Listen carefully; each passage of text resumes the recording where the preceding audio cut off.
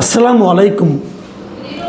প্রিয় দর্শক, প্রধানমন্ত্রীর উপদেষ্টা ডাক্তার জাহিদুর রহমানের ভারত সফর নিয়ে যে বিতর্ক তৈরি হয়েছে, এটা আমি মনে করি এটা খুবই একটা ইঙ্গিতপূর্ণ বিষয়।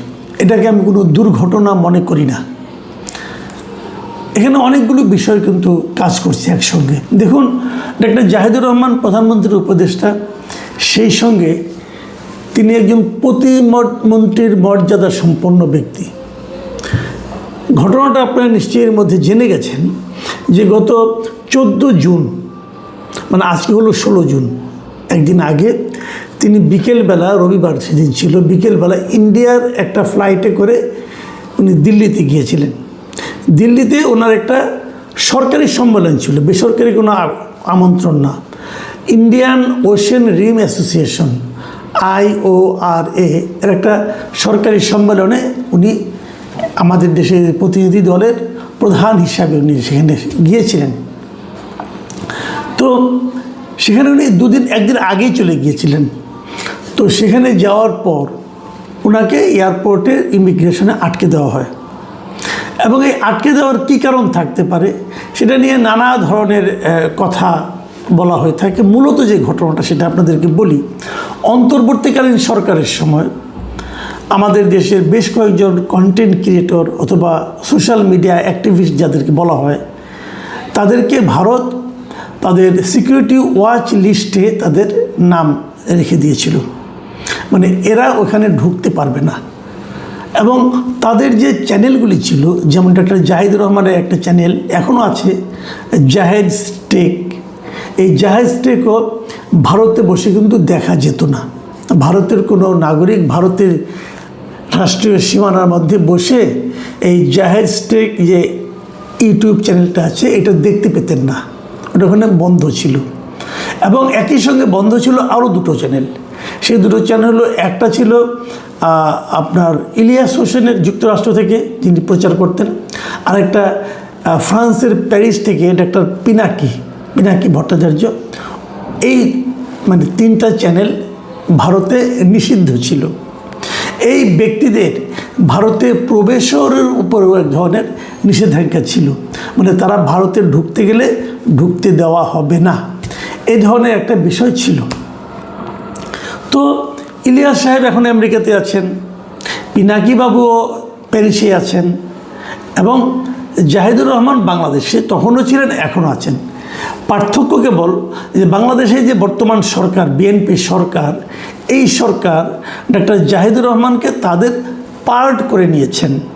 মানে জাহিদুর রহমান এখানে আমাদের প্রধানমন্ত্রী তারেক রহমানের একজন উপদেষ্টা হিসেবে এখানে দায়িত্ব পেয়েছেন। এবং এই উপদেষ্টার দায়িত্ব পাওয়ার মাধ্যমে ওনার দায়িত্ব হলো, প্রথমে ছিল যে পলিসি অ্যান্ড স্ট্র্যাটেজি, মানে প্রধানমন্ত্রী কী করতে হবে না, নানা রকম পলিসি দিবেন, এই ধরনের উপদেষ্টার দায়িত্ব পেয়েছিলেন। তারপরে বসে সেটাকে সরিয়ে উনি আমাদের তথ্য এবং সংস্কৃতি বিষয়ক উপদেষ্টা হয়েছেন। যাও, তো উনি ভারতে যাবেন, একটা সরকারি দাওয়াতে উনি যাচ্ছেন, এখানে যাবেন, কিন্তু ওনাকে ইমিগ্রেশনে আটকে রাখা হয়েছে।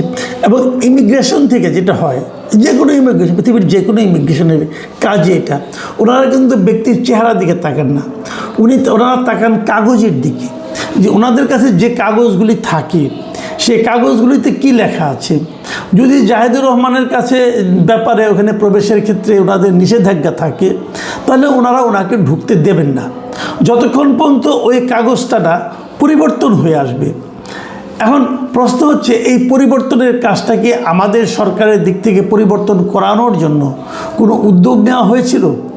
যদি উদ্যোগ নেওয়া না হয়, ওনারা তো আপনি চেঞ্জ করবেন, এটা কিন্তু উদ্যোগ নিতে। আপনাদের একটা কথা মনে আছে কিনা আমি জানি না, কিছুদিন আগে যুক্তরাষ্ট্রের প্রেসিডেন্ট ডোনাল্ড ট্রাম্প চীনে গিয়েছিলেন। উনি একটা বড় প্রতিনিধি দল নিয়ে গিয়েছিলেন, কিন্তু তার মধ্যে ওনাদের পররাষ্ট্রমন্ত্রী যিনি ছিলেন, যে মার্কো রুবিও কিন্তু ওনার প্রতিনিধি দলে ছিলেন। কিন্তু মার্কো রুবিওর চীনে ঢোকার ক্ষেত্রে এক ধরনের নিষেধাজ্ঞা ছিল। এটা চীন গভর্নমেন্ট সেই নিষেধাজ্ঞাটা আরোপ করেছিল। এবং সেই নিষেধাজ্ঞাটা কী ছিল?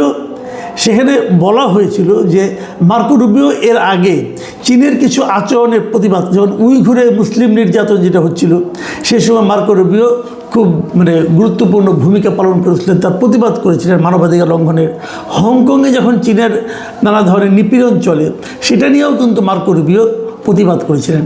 এই দুটো ঘটনার প্রেক্ষিতে মার্কো রুবিওর উপর চীনের এক ধরনের চীনে প্রবেশের ক্ষেত্রে নিষেধাজ্ঞা আরোপ করা হয়েছিল। তাহলে এখন যখন প্রেসিডেন্ট ট্রাম্প যাবেন চীনে, তখন মার্কো রুবিও ঢুকবেন কীভাবে? ওনার উপর তো ইমিগ্রেশনের নিষেধাজ্ঞা আছে। এখন এই নিষেধাজ্ঞা এড়ানোর, দেখেন এটা কিন্তু একটা রাষ্ট্রীয় শীর্ষ পর্যায়ের সম্মেলন ছিল, কিন্তু সে সময়েও এই নিষেধাজ্ঞা কিন্তু উঠিয়ে নেওয়া হয়নি। এবং তখন চাইনিজরাই, চীনা কর্তৃপক্ষই মার্কো রুবিওর নামটাকে ওখানে ওই প্রতিনিধি দলের যে নামের তালিকা আছে সেই তালিকাতে একটু চেঞ্জ করে দিয়েছিল। সেখানে লেখা হয়েছিল মার্কো রুবিওর পরিবর্তে মার্কো লু, তাদের কি নামে নামে মিলে না যায়। এটা এক ধরনের কৌশল করে তাকে তারা চীনে ঢুকিয়েছিল, কিন্তু ওই নিষেধাজ্ঞাটা কিন্তু এখনও আছে। এবং মার্কো রুবিও নাম নিয়ে উনি চীনে ঢুকতে এখনও পারবেন না। এটা হলো ইমিগ্রেশনের আইন, বিষয়টা কিন্তু বুঝতে হবে। তো তার মানে আমাদের যখন জাহিদুর রহমান ইন্ডিয়াতে ঢুকবেন, ভারতেরও কিন্তু ইমিগ্রেশনে ওনার নামে এক ধরনের সিকিউরিটি ওয়াচ লিস্ট বা নিরাপত্তা সতর্কতা একটা তালিকা ছিল, সেই তালিকায় ওনার নামটা ছিল। এটা হলো ওই কারণে, ওই অন্তর্বর্তীকালীন সরকারের সময় যা যা ঘটনা ঘটেছে সেই কারণে। এখন তখন ওই কারণে কেন তার উপরে দেওয়া হয়েছিল, এটা নিশ্চয়ই এর মধ্যে আপনারা দেখেছেন।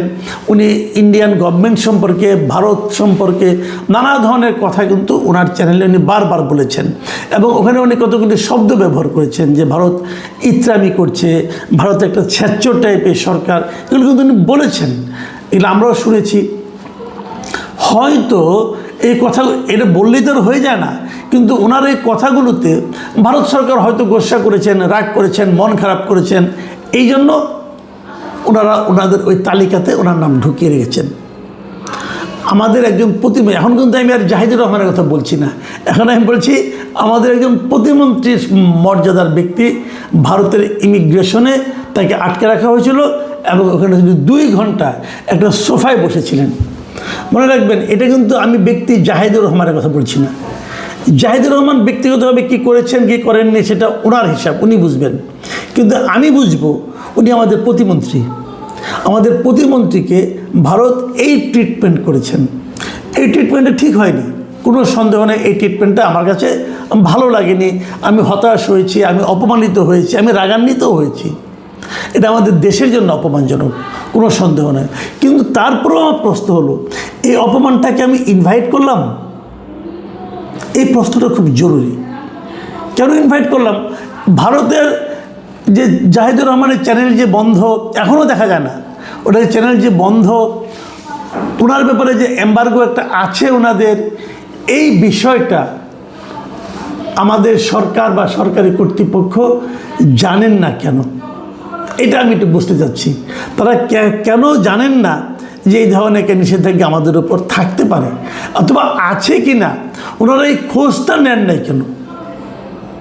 মানে বিষয়টাকে তারা অতটা সিরিয়াসলি নেন নাই। এবং তারপর যখন আমি ভারতীয় একটা মিডিয়াতে দেখলাম, তারপর যখন উনি ওখানে ছিলেন, আটকা ছিলেন, তখন ওনাকে অভ্যর্থনা জানানোর জন্য কিন্তু দিল্লিতে আমাদের যে ভারতে দিল্লিতে অবস্থিত আমাদের যে বাংলাদেশের হাই কমিশনার যিনি ছিলেন, তিনিও কিন্তু এসেছিলেন। কিন্তু তিনি কতটুকু ভূমিকা রেখেছেন এটা নিয়েও কিছুটা সন্দেহ আছে। অনেকে বলছেন এই পুরো সময় উনি নাকি তেমন কোনো কথাবার্তা বলেননি, বলেছেন কি বলেন না আমি জানি না, কিন্তু এটাও কিন্তু খতিয়ে দেখতে হবে। আমি ওনার ভূমিকারও সমালোচনা করছি, আমি সমালোচনা করছি আমাদের পররাষ্ট্র মন্ত্রণালয়ের